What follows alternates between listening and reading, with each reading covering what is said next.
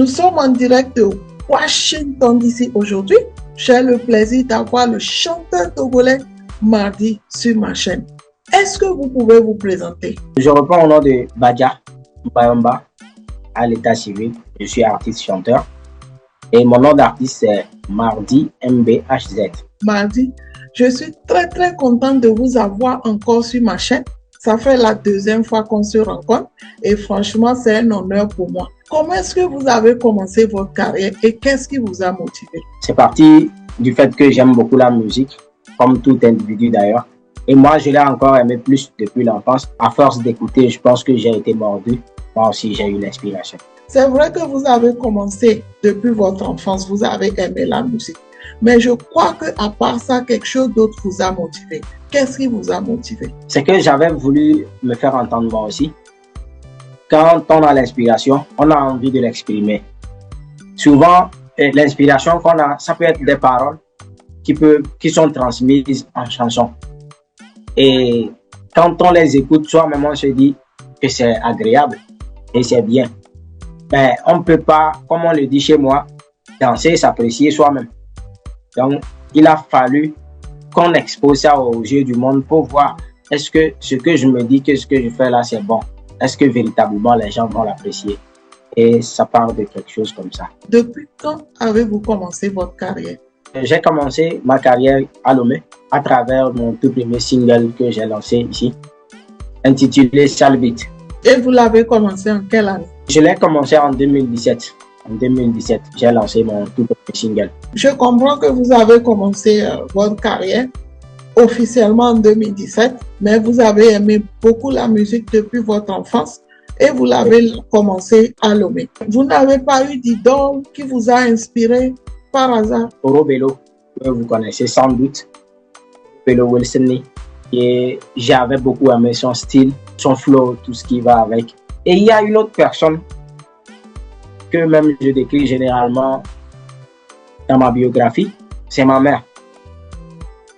Ma mère était une chanteuse, mais elle n'était pas chanteuse professionnelle. C'était une dame de cœur. Elle fait des compositions en langue maternelle et j'ai vraiment pris plaisir à l'écouter.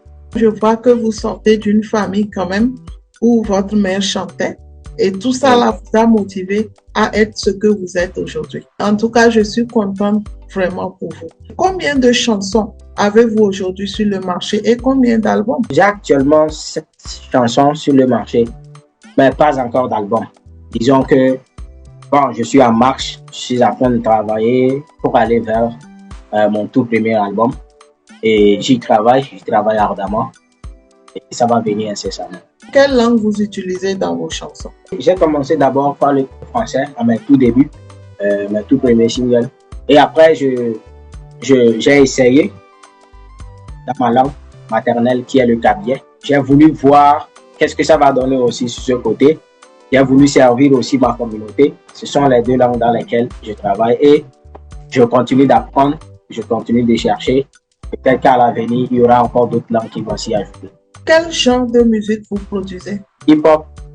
À la base, je suis un rappeur. J'essaie de varier aussi le style à chaque fois que l'inspiration me permet. Vous voyagez beaucoup, vous êtes seulement au Togo, vous allez dans les pays alentours. Qu'est-ce que vous faites exactement? Et naturellement, qui dit artiste dit voyage. On va dire que je voyage beaucoup. Elle est en train de prendre et elle s'élargit. Et je travaille aussi, qu'à l'avenir aussi, que je puisse traverser les frontières. Aujourd'hui, vous êtes devenu un chanteur professionnel. Mais est-ce que vous travaillez à côté? Vous allez toujours à l'école ou bien vous êtes seulement concentré sur votre carrière musicale? Je ne me suis pas focalisé seulement sur la musique. C'est vrai qu'elle me tient beaucoup à cœur. Mais je fais d'autres activités génératrices de revenus, bien sûr, pour pouvoir aussi tenir le coup. Parce que tout à l'heure, c'est pas évident que la musique puisse nourrir son nom. En fait, je pense qu'il faut le prendre comme une passion et donc faire un travail et faire la musique à côté. Et comme ça, vous pourrez facilement vous en sortir. Est-il facile d'être un artiste au Togo? C'est pas du tout facile. Il faut dire que l'industrie musicale togolaise n'est pas aussi développée que dans d'autres pays où en faire un métier directement peut nous rapporter beaucoup et s'autosuffire. On ne va pas non plus dire qu'au Togo, la musique ne nourrit pas son homme. On peut toutefois aussi vivre de ce métier, mais il faut beaucoup travailler, il faut vraiment exceller. Donc, vous voulez dire que le début d'une carrière musicale n'est pas facile et c'est après qu'on arrive à s'en sortir, c'est ça? Si on se fait beaucoup plus populaire et qu'on est sollicité un peu partout, je pense qu'on aura davantage de contrats et des contrats juteux qui pourront nous permettre de fouetter des projets et aussi payer ses factures. Donc aujourd'hui, vous êtes au niveau intermédiaire, je peux me permettre de dire ça. Et donc, vous faites une activité génératrice de revenus et ensuite vous faites votre carrière musicale. Justement. Mais si vous devez voyager, puisque vous faites des activités génératrices de revenus, comment est-ce que vous pouvez arranger ou vous arranger à pouvoir voyager facilement? Je suis en entrepreneuriat, en fait. Du coup, j'arrive quand même à ménager mon emploi du temps. Puisque la musique aussi, c'est une entreprise. Donc, ça fait 2 entreprises en une que j'essaie de piloter.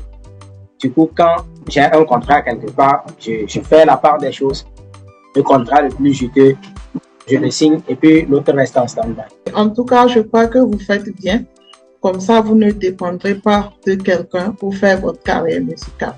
Et malgré ça, vous êtes à ce niveau. En tout cas, félicitations. Puisque ce n'est pas facile d'être artiste au Togo et sûrement en Afrique aussi, je pense que vous avez connu des problèmes au commencement de votre carrière. Expliquez-nous. Au début, les difficultés commencent déjà par la famille. Il faut dire que c'est difficile pour la famille d'admettre qu'on épouse ce monde et il faut affronter ça. Et après, il faut aussi batailler pour convaincre pour démontrer qu'on ne fait pas le mauvais choix. Et en ce moment, quand vous bataillez pour démontrer, ça veut dire que vous êtes obligé de tout faire vous-même, de dépenser, de faire tout vous-même y arriver. À un moment, quand il y a des résultats par rapport à votre bataille, que les gens vont commencer par croire en vous. Je peux dire que actuellement j'ai une visibilité. Les gens, ils me connaissent, j'ai des fans. C'est quand ça arrive à un niveau comme ça aussi qu'il y a encore des exigences qui arrivent. Il faut encore augmenter le niveau de la qualité des sons, de la qualité des vidéos, de la qualité même de ton inspiration. Il faut vraiment travailler et ce n'est pas chose aisée. En tout cas, ce n'est pas facile, mais je sais qu'un jour, vous atteindrez le sommet que personne ne s'attendra à vous voir. Mardi, puisque vous atteignez un peu le sommet aujourd'hui, avez-vous quand même eu des awards, des reconnaissances pour votre carrière musicale? J'ai été lauréat avec un petit photo d'homme qui a été d'ailleurs le morceau révélateur, celui qui m'a révélé au Kenya America Award. J'ai été lauréat l'année 2023. Et cette année, j'ai encore été nominé pour mon second morceau, celui qui a suivi, qui a pour titre Pérou. Pérou qui dénonce ou bien qui attire l'attention des uns et des autres sur la consommation excessive d'alcool. Cette année, je ne vais pas dire malheureusement, je vais dire qu'on est resté constant. Je suis sorti 2e dans la catégorie mixte. J'ai été sanctionné d'un certificat de participation et de reconnaissance. En tout cas, félicitations. Puisque vous avez aimé la musique depuis votre enfance, ça n'a pas été facile, mais vous êtes quand même arrivé où vous êtes aujourd'hui. Quel conseil vous pouvez donner à un petit frère qui vient aujourd'hui vous voir, m'a dit, je voulais commencer ma carrière musicale, donne-moi un conseil, qu'est-ce que vous pourrez lui dire? D'aimer la musique, d'aimer ce qu'il fait, d'être convaincu par lui-même, par ce qu'il produit et de beaucoup travailler. Vous venez de sortir une nouvelle chanson qui fera partie de votre prochain album. Quelles difficultés vous rencontrez actuellement dans votre carrière?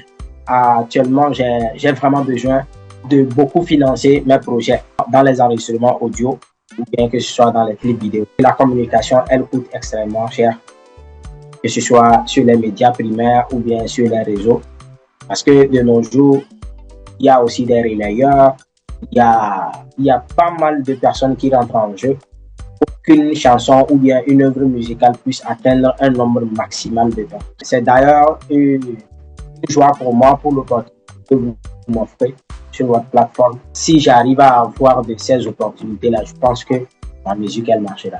Je suis contente que vous compreniez que c'est une opportunité et que c'est une plateforme où vous pourrez faire votre visibilité. Mais certains artistes pensent qu'on cherche quelque chose forcément chez eux en voulant les interviewer. Mais je crois que c'est erreur parce que moi-même, je suis auteur, je suis productrice. Et quand je vais en Europe ou dans d'autres pays, on me sollicite pour des interviews. Et moi, j'adore parce que je pense que c'est une opportunité, franchement, pour moi, que quelqu'un s'intéresse à moi et qu'il cherche à ce que je participe à une interview. Donc, en tout cas, je suis contente que vous avez compris. Si quelqu'un voudrait vous joindre, si quelqu'un voudrait vous aider, par quel moyen la personne peut vous joindre? Par le canal de mes réseaux sociaux, que ce soit TikTok, Facebook, c'est le même nom, c'est Mardi MBHZ. Avez-vous un mot de fin? Merci de m'offrir cette opportunité. Je vous exhorte à ne pas baisser la garde et considérer que c'est une mission pour vous. Merci à tous mes fans, à tous mes admirateurs par le monde, parce que je ne vais pas dire au Togo, parce qu'il y a beaucoup de personnes aussi qui me suivent à l'extérieur. Merci à mon équipe, à toutes ces personnes-là qui sont là, toujours, qui travaillent d'arrache-pied derrière l'avancement de ma musique. Et moi, je veux juste faire une promesse. Comme le diraient certains de mes aînés, ça ne fait que commencer, ce n'est que le début du commencement. En tout cas, je crois qu'on est impatient d'avoir encore vos prochaines mélodies. Mardi, je suis très contente de vous avoir sur ma chaîne. On est en direct de Washington, d'ici aux États-Unis. Et j'espère vous revoir très prochainement pour une autre interview. Merci beaucoup et à la prochaine. Au revoir.